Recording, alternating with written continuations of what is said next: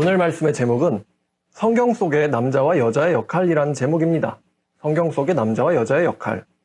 여러분, 하나님에게 정말 절대적인 특징이 하나 있습니다. 그건 바로 하나님은 절대로 자기 말씀에 모순되지 않으신다는 것이죠. 자기 스스로의 말씀에 모순되지 않으신다.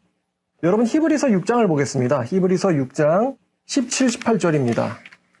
하나님은 약속을 기업으로 받는 자들에게 이제 우리를 가리키는 거겠죠. 그 뜻이 변하지 아니함을 충분히 나타내시려고 그 일을 맹세로 보증하셨나니. 자, 하나님은요, 약속을 받는 자들에게 맹세로 보증하셨다. 근데 18절 보니까 이는 하나님이 거짓말을 하실 수 없는 이 두 가지 변하지 못할 사실로 말미암아 앞에 있는 소망을 얻으려고 피난처를 찾은 우리에게 큰 안위를 받게 하려 하심이라. 자, 우리가 어디에서 안위를 받냐면은 이 두 가지 사실 때문에 안위를 받습니다. 어떤 사실이냐면은, 자, 17절에 변하지 아니함이란 단어 보이시죠? 그 다음에 18절에 하나님이 거짓말을 하실 수 없는 이란 말 보이지 않습니까? 자, 하나님이 하실 수 없는 게 두 가지가 있는데요. 첫 번째가 자기가 하신 말씀을 바꾸시는 것입니다. 그 뜻을 변하게 하는 거, 이것을 못 하시고요. 두 번째는 거짓말입니다. 하나님은 절대로 두 가지를 못 하십니다. 자기가 하신 말씀을 바꾸는 것과 거짓말을 못 하세요. 말을 해놓고 바꿔버리면 거짓말이 되겠죠. 이 두 가지 변치 않는 사실이 우리에게 큰 안위를 준다라고 히브리서 저자는 이야기합니다. 자, 신은 진리시고 어떠한 거짓말도 신에게서 나오지 않습니다.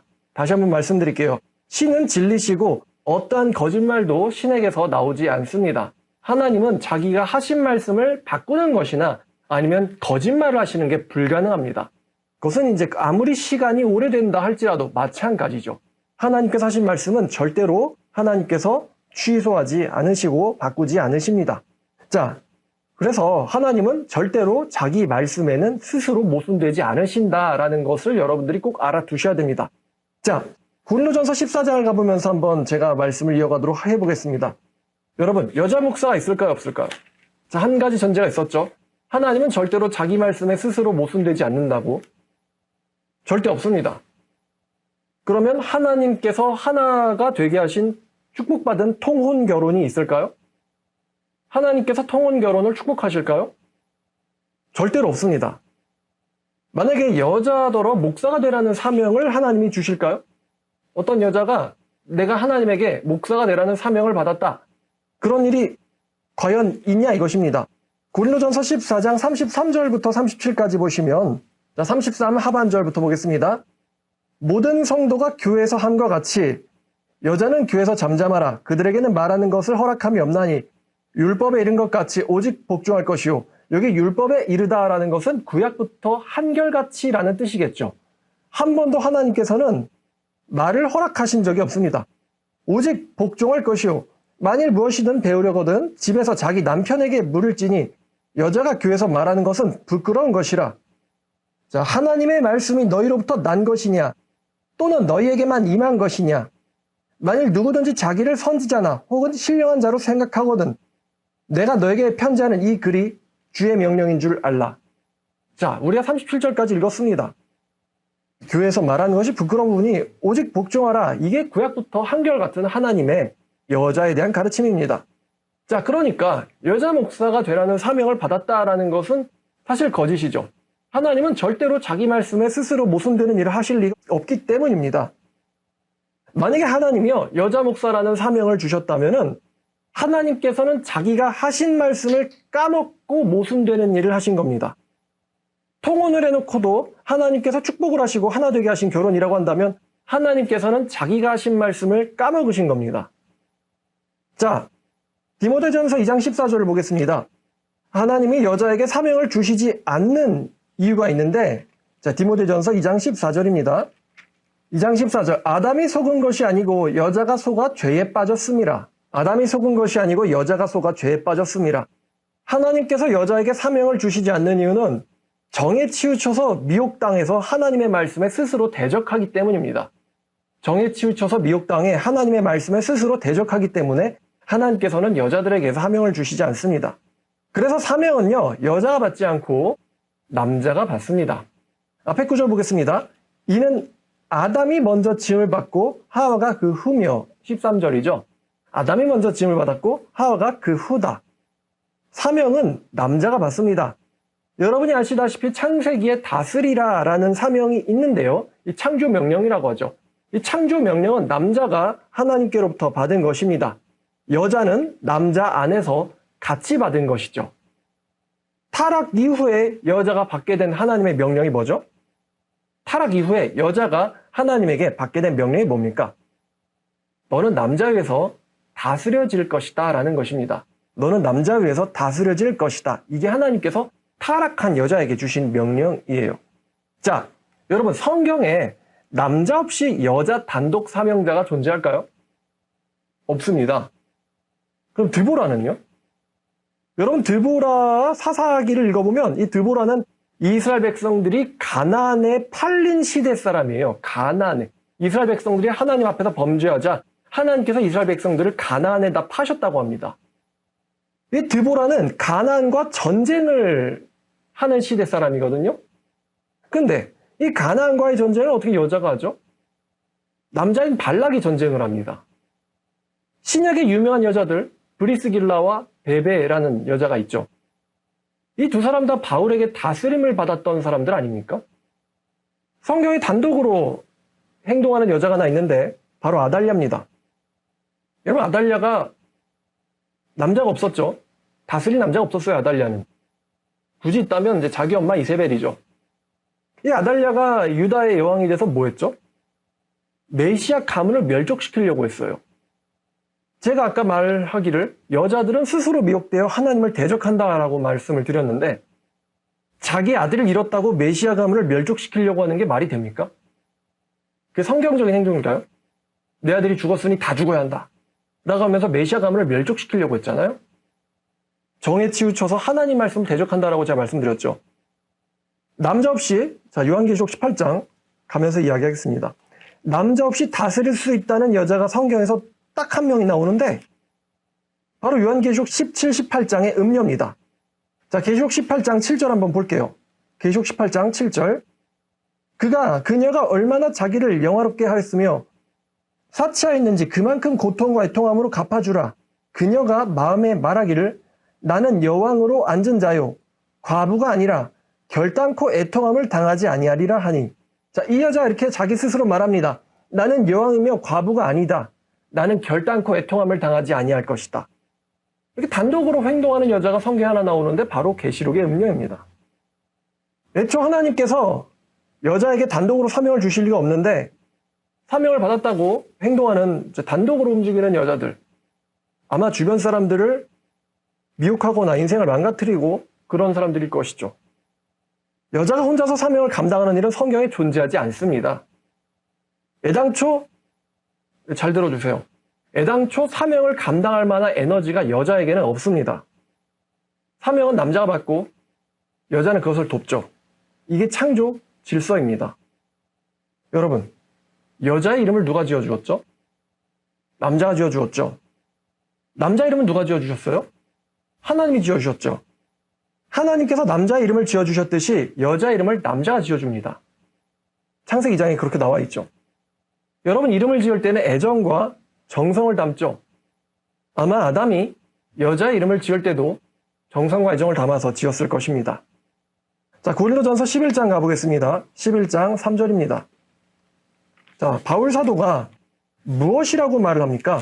자, 11장 3절 그러나 나는 너희가 알기를 원하노니 각 남자의 머리는 그리스도요 여자의 머리는 남자요 그리스도의 머리는 하나님이시라. 자, 3절입니다. 남자의 머리는 그리스도요 여자의 머리는 남자요 이렇게 나와 있습니다. 그리스도의 머리는 하나님이시라. 남자의 머리는 그리스도다. 이 말은 무슨 뜻이냐면요. 요한복음에도 나와 있듯이 그리스도 없이는 남자가 아무것도 할 수 없다는 뜻입니다. 그리스도 없이는 남자가 아무것도 할 수 없다. 너희가 나를 떠나선 아무것도 할 수 없음이라 라고 예수님께서도 말씀하셨죠. 남자가 그리스도 없이는 아무것도 할 수 없다라는 뜻이고요. 자, 그러면 여자의 머리는 남자다. 이게 무슨 뜻일까요? 남자 없이는 여자가 아무것도 못한다라는 뜻입니다. 머리가 없으면 뭘 하겠습니까? 성경은 남자의 기능이 여자의 머리라고 합니다.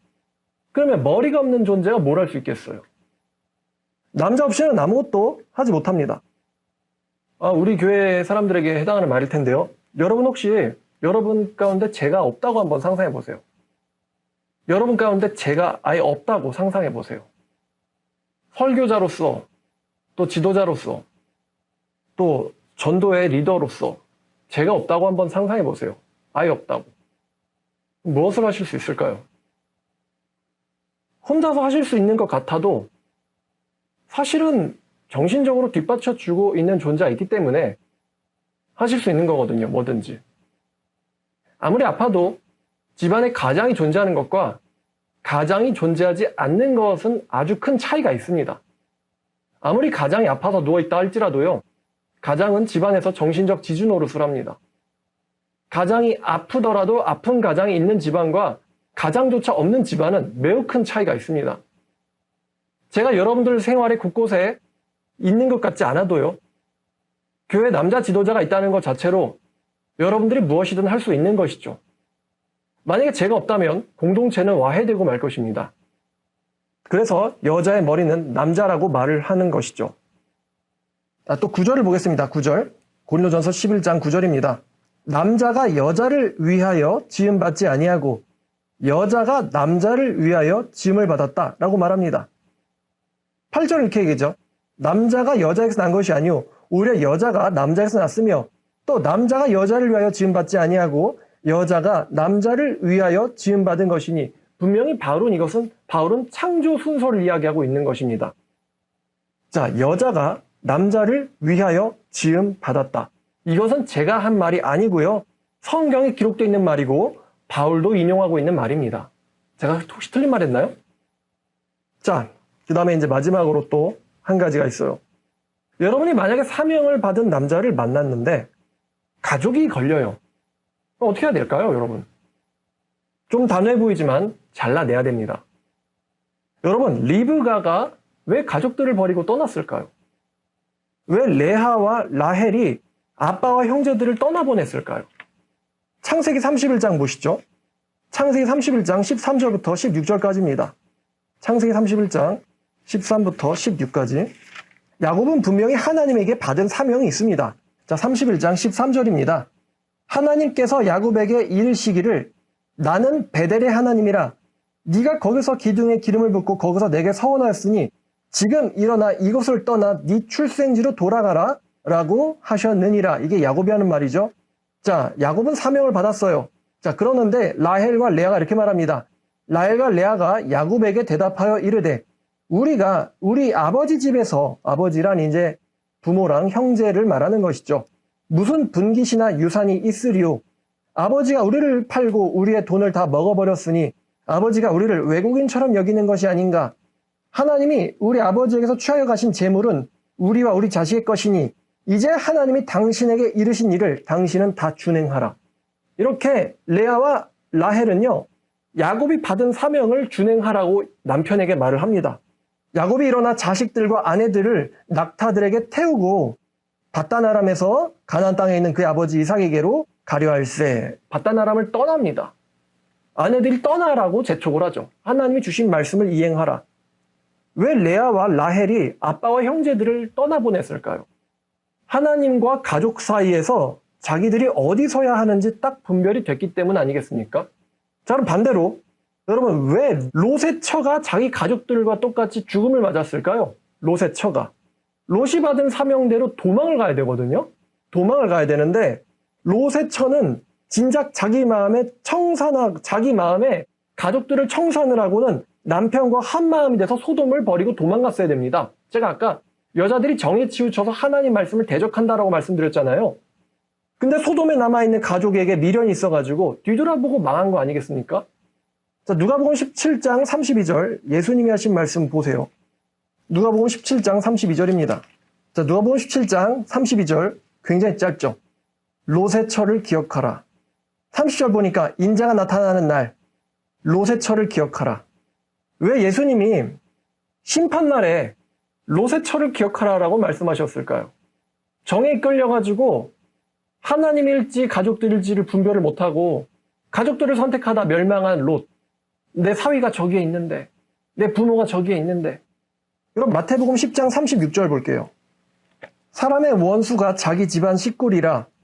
아버지나 어머니를 나보다 더 사랑하는 자는 내게 합당하지 아니하고 아들이나 딸을 나보다 더 사랑하는 자도 내게 합당하지 아니하며.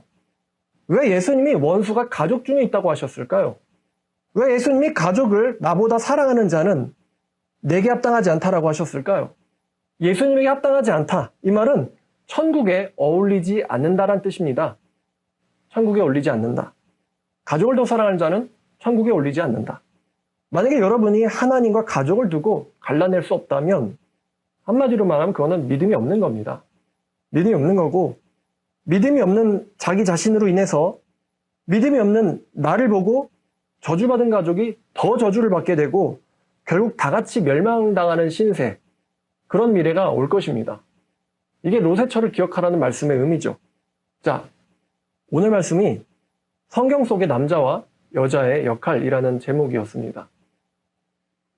하나님께서 창세기부터 또한 사도 바울에게 이르기까지 성경 속에 질서를 주셨어요. 우리가 말씀을 잘 기억하고 내가 할 수 있는 데까지 하며 내가 가야 될 데까지만 가는 게 맞는 것 같습니다. 우리가 만약에 연극이나 영화를 하는데 자기가 자기의 배역을 알고 거기까지만 연기를 해야죠. 만약에 엑스트라가 주연처럼 군다거나 혹은 조연이 주연처럼 군다면 영화 자체가 망하게 되지 않겠습니까? 자, 오늘 말씀 여기까지입니다. 하나님의 명령에 잘 따르는 저 그리고 여러분들이 되기를 소망합니다. 기도하겠습니다. 하나님 아버지 감사합니다. 오늘도 말씀 주셔서 감사합니다. 아버지, 주님께서 사명을 주시고 또 사명대로 행하라고 말씀하셨습니다. 남자에겐 남자의 사명을 주시고 또 여자에겐 여자의 사명을 주셨습니다. 주님, 우리가 서로 역할 안에서 최선을 다해서 주님을 섬기는 저희 모두가 되게 하여 주시옵소서.